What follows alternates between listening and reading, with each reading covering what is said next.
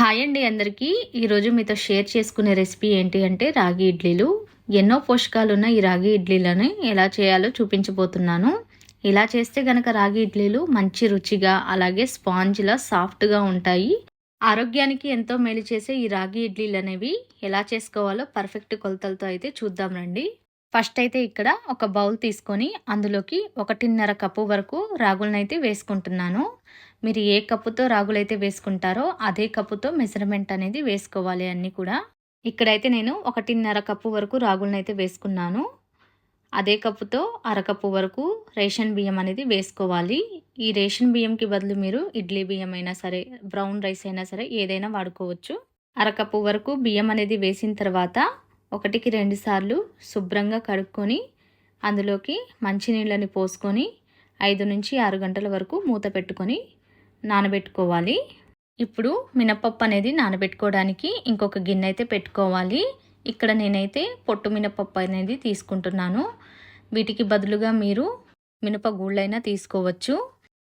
మనం ఏ కప్పుతో అయితే రాగులు తీసుకున్నామో అదే కప్పుతో 3/4 కప్పు వరకు ఇక్కడ మినపప్పు అనేది వేసుకున్నాను. ఈ మినపప్పు అనేది వాటర్ వేసుకొని ప్లేట్ పెట్టేసి చక్కగా టైం ఉంటే 5-6 గంటల వరకు నానబెట్టుకోవాలి. టైం లేకపోతే కనీసం 3-4 గంటల వరకు అయినా సోక్ చేసుకోవాలి. ఇక్కడ చూసారా చక్కగా 5-6 గంటల వరకు అయితే నేను నానబెట్టాను. రాగులు కానీ మినపప్పు కానీ చక్కగా నానాయి కదా. ఈ మినపప్పు అనేది శుభ్రం చేసుకునే లోపు ఇంకొక గిన్నెలోకి అరకప్పు వరకు అటుకులు అనేవి వేసుకోవాలి. ఈ అటుకులు అనేవి 1-2 సార్లు శుభ్రంగా కడిగి వాటర్ వేసి 5 నిమిషాలు అనేవి నానబెట్టుకోవాలి. అటుకులు అనేవి నానేలోపు ఇక్కడ నేను పొట్టు మినపప్పు తీసుకున్నాను కాబట్టి అవి క్లీన్ చేసుకునే టైంలో అయితే అటుకులు అనేవి నానిపోయాయి. ఇప్పుడు క్లీన్ చేసుకున్న పొట్టు మినపప్పుని మిక్సీ జార్లోకి వేసుకోవాలి. అందులోనే అటుకుల్ని కూడా వేసుకొని కొద్దిగా వాటర్ అనేది వేసి మూత పెట్టి ఎక్కడా బరక అనేది లేకుండా మెత్తగా మిక్సీ పట్టుకోవాలి.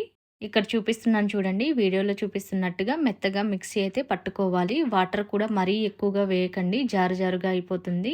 మిక్సీ పట్టుకున్న మినపప్పు పిండిని కొంచెం పెద్దగా ఉన్న గిన్నెలోకి అయితే ట్రాన్స్ఫర్ చేసేసుకోవాలి. తర్వాత ఇప్పుడు మనం రాగుల్ని కూడా అదే మిక్సీ జార్లో వేసుకొని కొంచెం బరకగా అయితే గ్రైండ్ చేసుకోవాలి.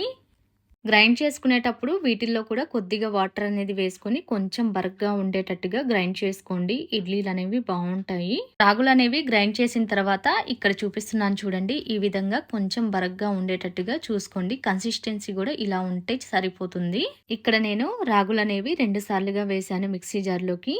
ఈ రాగి పిండి కానీ మినపప్పు పిండి కానీ కలిసేలాగా చక్కగా ఒకసారి కలుపుకొని ఓవర్ నైట్ అయితే పులియబెట్టుకోవాలి. దీన్ని పిండి అనేది పులిసిన తర్వాత డబల్ అవుతుంది కాబట్టి గిన్నె అనేది కొంచెం పెద్దదిగా ఉండేటట్టుగా చూసుకోండి.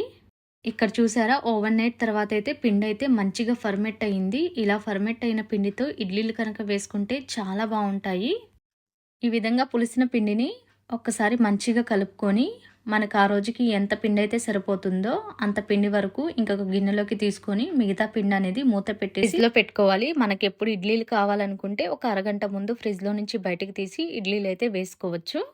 ఇప్పుడు మనం గిన్నెలోకి తీసుకున్న పిండిలోకి టేస్ట్కి సరిపడా సాల్ట్ అయితే వేసుకోవాలి. సాల్ట్ డైరెక్ట్గా వేసేదానికంటే కూడా ఇలా గుంటె గరిటెలో టేస్ట్కి సరిపడినంత సాల్ట్ అయితే వేసుకొని కన్సిస్టెన్సీకి సరిపడినంతగా వాటర్ అయితే వేసుకొని ఒకసారి కలుపుకొని ఈ విధంగా కలుపుకుంటే సాల్ట్ అనేది మంచిగా పడుతుంది పిండికి. పిండి కన్సిస్టెన్సీ అనేది ఇలా ఉంటే సరిపోతుంది. మరీ లూజ్గా కాకుండా అలాగే మరీ గట్టిగా కాకుండా ఈ విధంగా చేసుకోవాలి.